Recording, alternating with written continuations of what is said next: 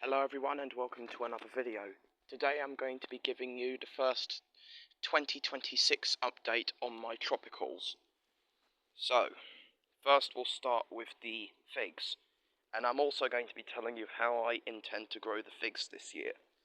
So, over here we have my unknown fig tree, which if you've seen one of my videos I've decided to plant in the ground because it wasn't faring well to its container environment. So, it's got 4 branches, and I pruned away the rest of the trunks so it concentrates on this one. And now we're going to see how well it does this year. It's gaining some height, and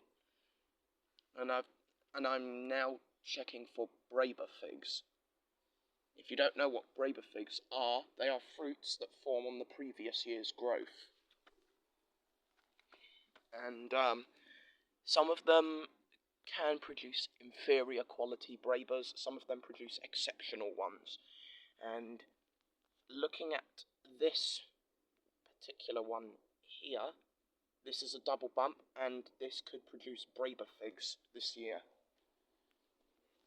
Definitely doesn't look damaged, so we'll just have to wait and see. Now we have the strawberry tree here.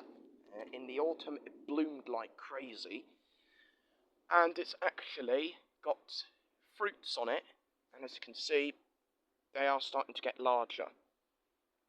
And here we have my Musa Dajjal, and you may be thinking, has it died completely to the soil? Well, let's check. I'm happy to confirm that it has not completely died to the ground. It's still relatively firm, quite a respectable distance inside the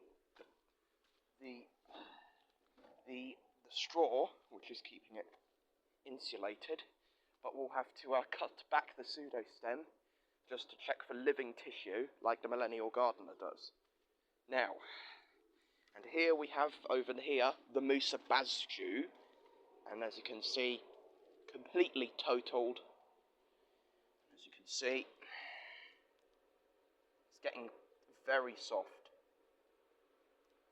It's probably going to suffer severe dieback this year. But I know how to take care of how to clean them up. And it's recommended that you mulch a banana plant with itself, because that's the best thing you can feed it. Now, as we enter the polytunnel, we shall see the rest of the tropicals and see how they're getting on. Now, first of all, we have the Chicago Hardy fig right here. It's breaking the dormancy a little too early, but if the temperature doesn't get too cold, it can grow a little longer. And this variety produces good main crop fruits, but it produces inferior quality Braber fruits. So I will have to remove them so the main crop doesn't get delayed. And now we have my in-ground trees. They are looking very impressive at the moment. Here we have the Nagami Kumquat, as you can see, loaded with fruits, and is anchoring in the ground very well. Now we've got this fruit. They've been changing colour steadily. And then we're going to see when is going to be the right time to pick these. Here we have the bitter or Seville orange, and as you can see quite clearly, it has never been growing better. And by the looks of it, it's producing several branches, and it's soon going to be like a bush, I hypothesize. And now I am really impressed with the mandarin orange tree. It is growing like absolute mad. I'm so pleased I put this tree in the ground. And now it's really anchored into the ground. It feels very sturdy. Now, when I first planted it in ground, it was only about it was only about this tall. But it's nearly doubled in size since then.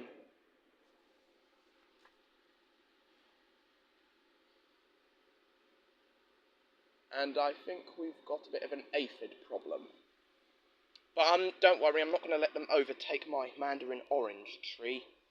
And as you can see, so far, very healthy, loaded with flowers, and hopefully going to produce some delicious looking fruits. Hopefully we'll get some fruit this year. I mean, we definitely will. Considering that the leaves and flowers are getting bigger. I will let you know as soon as the first one opens. And next, we have my 2 in-ground avocado trees. Here we have my Hass avocado seedling, and it looks very healthy, growing well, as usual. And next, we have my most impressive, my largest avocado of them all.